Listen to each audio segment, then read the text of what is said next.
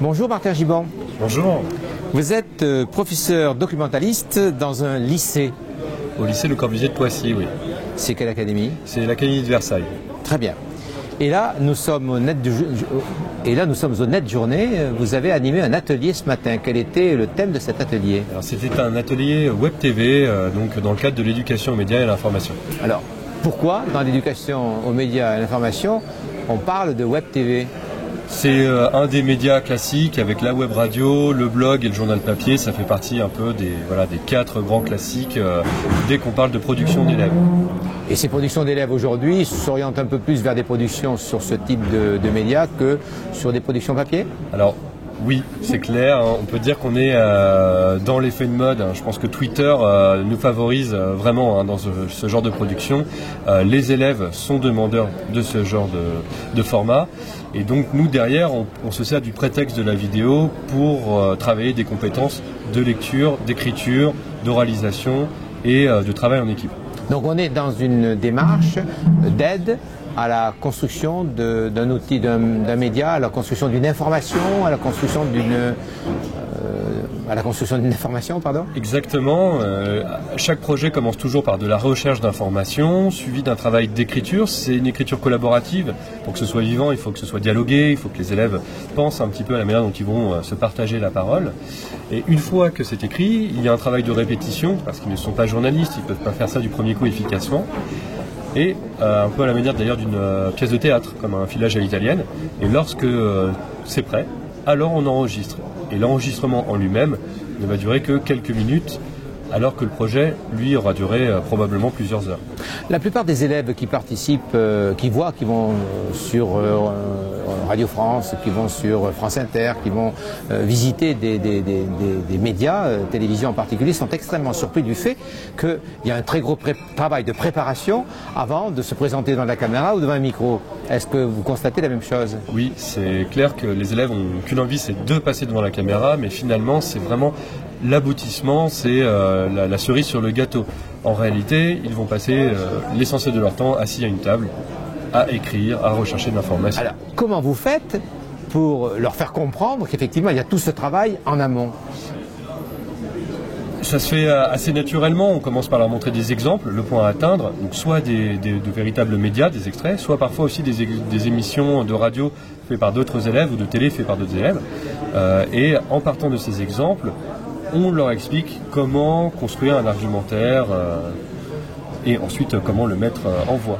C'est le prof documentaliste qui anime essentiellement ce type d'activité ou alors il le fait en partenariat avec l'ensemble des collègues d'autres disciplines de l'établissement? Généralement, le professeur documentaliste travaille en partenariat. Nous n'avons pas, ou très rarement, d'heures assignées où nous sommes en responsabilité avec les élèves seuls. Donc on travaille souvent en binôme, oui, c'est clair, avec des professeurs de lettres, d'histoire géo, de sciences éco, de langue. Moi je suis en lycée, c'est pour ça que je parle de sciences éco. Mais ça peut être toutes les disciplines. On peut faire de la télé en technologie ou en sciences. Je remarque que vous avez cité essentiellement des professeurs de sciences humaines, mais que je venais juste de parler des professeurs de sciences. C'est-à-dire que les professeurs des disciplines scientifiques participent peu à ce type d'activité? Dans mon établissement, ce sont essentiellement les professeurs de sciences humaines qui font ça, mais après, je pense que ça dépend aussi de l'ADN de l'établissement et des enseignants. Aussi, il suffit qu'un enseignant de sciences soit très porté sur la vidéo et à ce moment-là... C'est donc l'engagement du professeur qui est déterminant. Oui. Est-ce qu'aujourd'hui, on parle beaucoup à la présidence de la République, au niveau des parlements, on parle beaucoup des fake news. Est-ce que cet aspect-là de la problématique de la publication d'une ressource et donc de la problématique des sources de la ressource font partie des préoccupations qui sont les vôtres? Oui, lorsqu'on fait un journal télévisé, on est sur un traitement de l'information journalistique, donc on doit vérifier ses sources. Il y a vraiment ce travail de préparation de l'information et on demande aussi à nos élèves de citer leurs sources. S'ils citent un chiffre, ils doivent dire que c'est d'après tel centre d'études ou de sondage. Les tentations pour les élèves, c'est d'aller directement vers la création d'une web TV audible, visible par les camarades ou par le public? Pas forcément.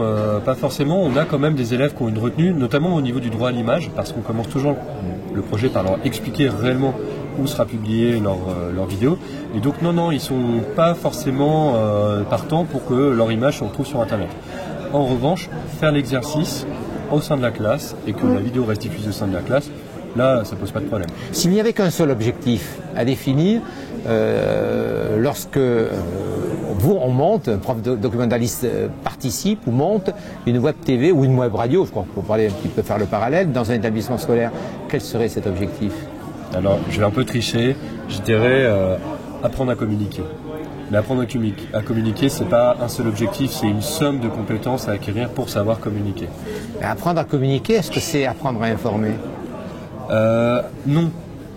C'est deux objectifs qui sont concomitants dans le cas d'un média vidéo, en tout cas de journal d'information.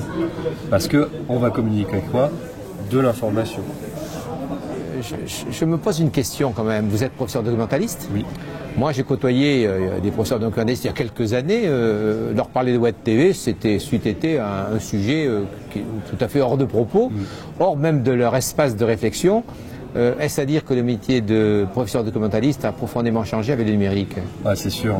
J'ai commencé en 2003 à enseigner. On était en plein dans cette transition. Et aujourd'hui, ce genre de discours que j'aurais pu entendre au début, on n'entend plus du tout. C'est un fait. Internet est omniprésent dans les CDI comme il est omniprésent partout. Et le professeur documentaliste n'est plus gestionnaire uniquement d'un lieu, mais d'un service d'information. Et ce service d'information, il n'est pas que descendant, il est aussi remontant. Donc produire de l'information pour les élèves, c'est devenu une compétence qu'on leur demande d'acquérir dès le collège. Les compétences du XXIe siècle intègrent effectivement cette compétence-là. On y ajoute la curiosité et l'esprit critique. Est-ce que sur ces deux champs-là, les professeurs documentalistes ont véritablement une mission particulière? Oui, ils l'ont toujours eu et c'est pour ça aussi que pour moi, c'est pas une véritable révolution finalement Internet. C'est un changement de paradigme, certes, mais pas une révolution. C'est-à-dire que les fonctions de base qui existent depuis les années 80 chez les documentalistes ont été bien définies, elles ont su résister au temps. Et la nouvelle circulaire de mission, finalement, ne fait que conforter ce rôle d'ouverture culturelle, ce rôle de travail sur l'information et l'esprit critique. Finalement, c'est juste une mise à jour, mais l'ADN du documentaliste est resté le même à travers le temps. L'ADN est resté le même. Sa place dans l'établissement scolaire a-t-elle changé? Oui et non. On va commencer par le non parce que je pense que le CDI, ça reste un lieu central pour les élèves au collège et ensuite au lycée pour les élèves et les enseignants qui mènent beaucoup de cours. Je pense plus qu'au collège, mais c'est peut-être une expérience qui le dit.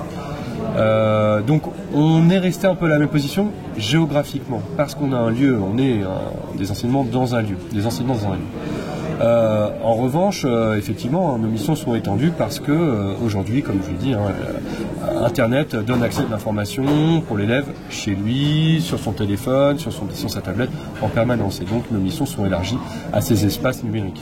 Un autre thème, laisse passer le temps, se sont agrandis. Et le professeur documentaliste s'est adapté à cet agrandissement? Exactement, c'est ça. Je ne peux pas mieux dire. Merci beaucoup. Merci à vous.